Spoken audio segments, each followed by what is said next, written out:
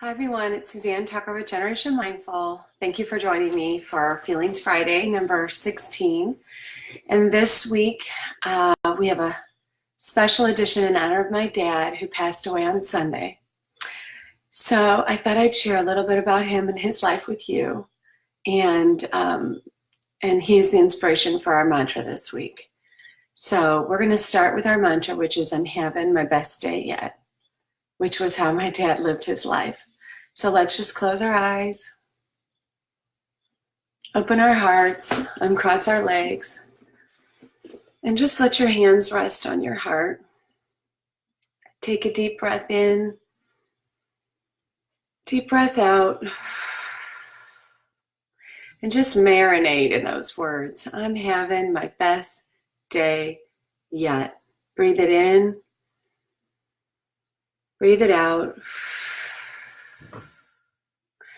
Let the joy and the possibility and the hope of those words fill you.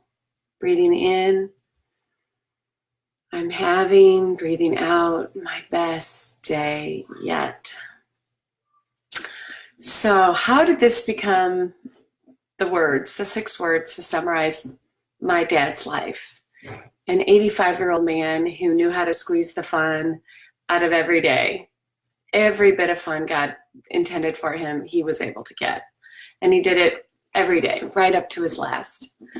And when we think of him, his family, or 7 children, all of us, this was the phrase that came to mind. I'm having my best day yet. Number 1, it's how he answered you when you would say, how are you, Leo? You know, that's really what he would say. I'm having my best day yet. And it was so cute to see growing up for decades and decades how people will respond to these words. I started to adapt this response somewhere in my 30s. And I was surprised to see that at times people can get really confronted by that response. So you say, how you doing? And you say, I'm having my best day yet. And they look back at you like, well, who are you to be having your best day yet? Like, well, isn't that special? You know, like, how is it you're here at the grocery store and you're having your best day yet? Or they would get curious and they'd be like, oh, is it your birthday? Or is it your anniversary? And what I can tell you is it's an amazing response because it's so full of hope and promise. And every time you say it, you shift into a place of gratitude and mindfulness that literally starts manifesting your best day yet. And so it's sort of like you try it on and then you get comfy in it and you're like, yeah, this actually fits a little bit. And I've noticed now that I am saying it with people, it brings them joy. And a lot of people like it so much, they start saying it. So we shared this at my dad's eulogy, and I felt like everybody got to walk out of the church with a little piece of Leo in their heart. And I had a number of people come up to me later and say, you know, I went to Starbucks after, and I was at the checkout, and the lady said, how are you? And I started to cry. And that to me is such a blessing because it's a moment of mindfulness. And I hope that the next time someone asks you, how are you? That you pause and you think about not only my dad and the way he lived his life, but really about your many, many blessings. I hope that when you hear, how are you? That instead of the autopilot that we typically fly under, that you breathe.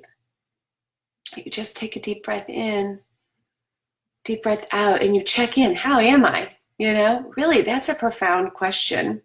How am I? And then you answer with joy and authenticity. It can be, I'm having my best day yet, or it could be, you know, I'm feeling a little anxious, or I'm feeling really grateful. But whatever you answer, if it's from your heart, you're going to be passing so much love on in the world to the next person. You'll be making a difference in their day, and they'll pass it on, and they'll pass it on. So the last thing I wanted to share with you is that if you don't have our manifesto yet, I want you to get it. It's on Generation Mindful. It includes a couple deep truths and understandings that my dad and I shared on his last day. We talked about them. It's this concept of that we are safe, that we are love, and we are loved. We are safe. We are love, and we are loved.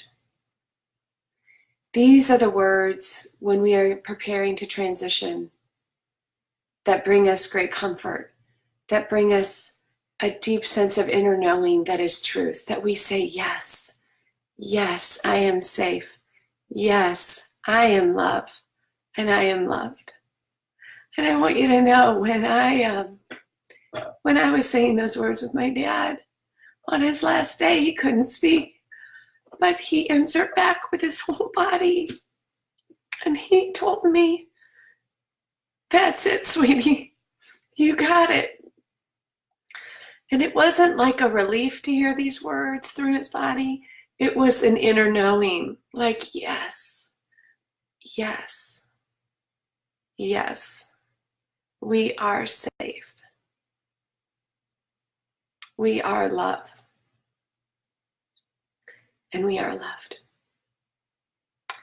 So this week's practical application of I'm having my best day yet is just to remember that with our little people, sometimes it's fake it till you make it, right? Sometimes you just got to try it on. So I'm having my best day yet. It's a mindset. It's an attitude, right?